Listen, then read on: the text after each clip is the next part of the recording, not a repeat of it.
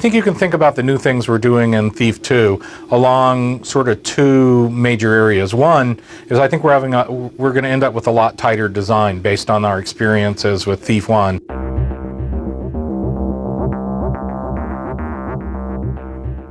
The second thing that is going to be new about Thief 2 is we're going to improve the technology of the engine some. New power-ups, new creatures, a larger number of things that really affect the gameplay.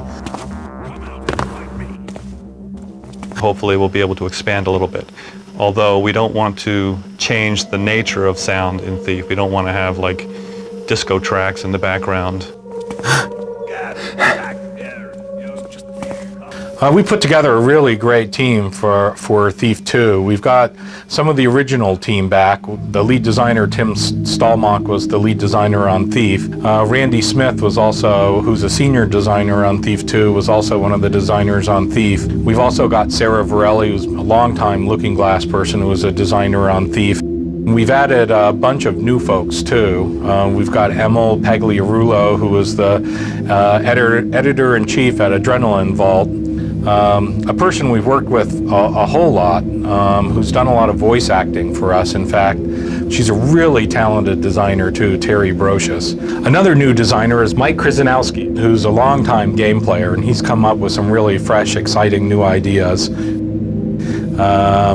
Rich Carlson, ZDIM to the Quake community out there. Another really talented designer Rich brought along with him from Ion Storm is Ika. Ika's working on some really exciting levels, and his work's really turning out terrific. We've also got a designer away from Reality Bites, who he had worked on Dark Vengeance in the past, Raphael Brown. And we've got a little bit of extra assistance from Mike Ryan, who worked on the original Thief and was also a designer on System Shock 2. One big difference between Thief and a lot of action games is that it's got a lot of story to it. An experience that tells a story but that doesn't take away from the action.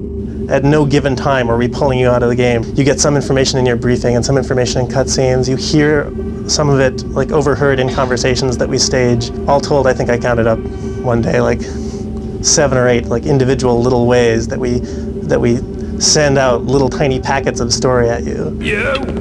Gotta stop jumping at nothing. Ah! The game concept in Thief was developed in stages. We actually started off with a completely different game, Dark Camelot, where it was this sort of Arthurian setting, but Modred was the hero, King Arthur was this, corrupt despot, and there was this sort of like swashbuckling fight of the underdog against the oppressor. One of the biggest challenges in working with Thief 2's fiction is trying to get all the mission designs well integrated into the plot.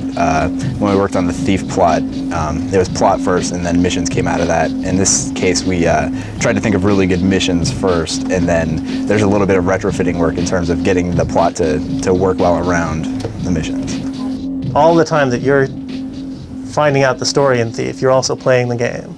It's integrated. I'm working on a level called Song of the Caverns, and I really can't say too much more about it because it's a secret. I guess one of the things that I enjoy most about designing Thief levels and working on Thief is trying to find multiple ways for a player to solve any given problem. Who's noising about then?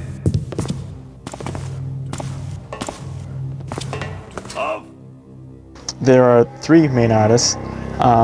There is me, who's lead artist. Mark's such a fanatic. When he took his vacation, he went to Europe this year and took a camera along with him and took thousands of pictures. Then there's Daniel Thrawn, who is working on the cutscenes, doing recurring roles that he did in Thief 1, and he's having Jen Herbata to help him. She's doing both 3D modeling and some artwork in support of Dan's work on the cutscenes. It's a lot more interesting to do artwork for cutscenes where you really have a feeling for the character. I am a collector, Mr. Garrett, but there are some items that are not available for purchase. They must be acquired using other means. Matt Gilpin right now is working on, he's the only artist on Thief Gold. Probably the best thing for Thief is it really gives a mood, like a feeling. You have a very good sense of environment. Oh, well. Hey! Karen Wolf is helping on the briefings. Karen is very talented, and she worked on Flight 3. For our programming team on Thief 2, we've got Pat McElhadden, who's been a long time Looking Glass person. He's worked on a lot of our sort of sound technology. We've also got Bill Farquhar, who's actually done a lot of the special effects for our flight simulator line.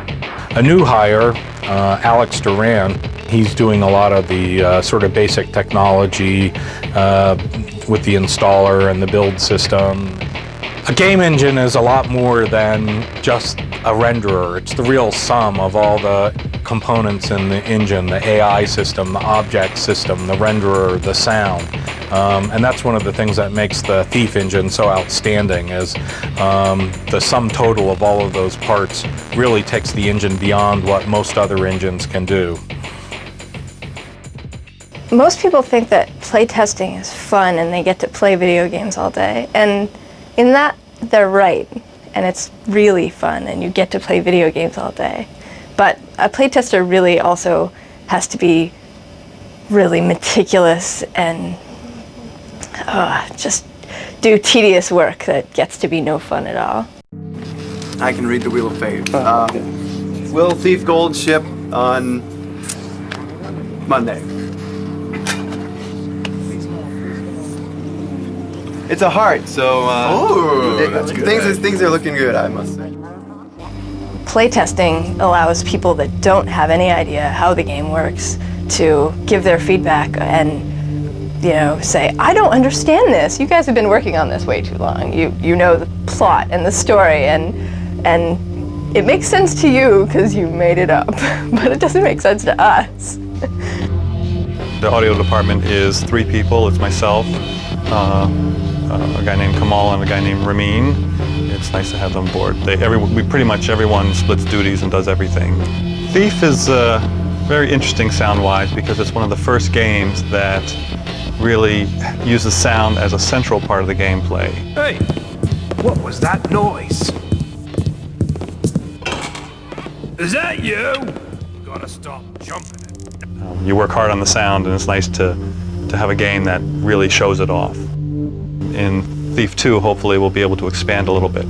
Although we don't want to change the nature of sound in Thief. We don't want to have like disco tracks in the background because it's not appropriate, but hopefully we'll be able to do some more involved things.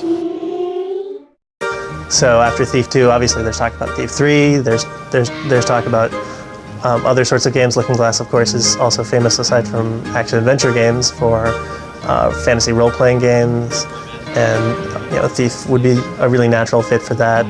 Some games have the kind of like really hit potential where you start seeing the action figure or the comic book. At Looking Glass, we have some tremendous art talent, and some great sculptors, great artists, guys who've done comic books before. And I'd like Thief to be the kind of game where you can go down to your local comic book store and pick up the Garrett and Victoria action figures. That'd be great. Someone asked me what I do. It's like, well, we make little explosion sounds and we write little stupid songs for computer games and you get paid for it. Well, people go, geez, how do I get that job? Working at Looking Glass is like working at a college dorm. You can work any hours you want as long as it's 18 a day. So, Working at Looking Glass is a little bit like being stuck on a long bus ride with 50 of your brothers. I haven't actually worked anywhere else in corporate America except for when I was temping as a secretary. It's very different.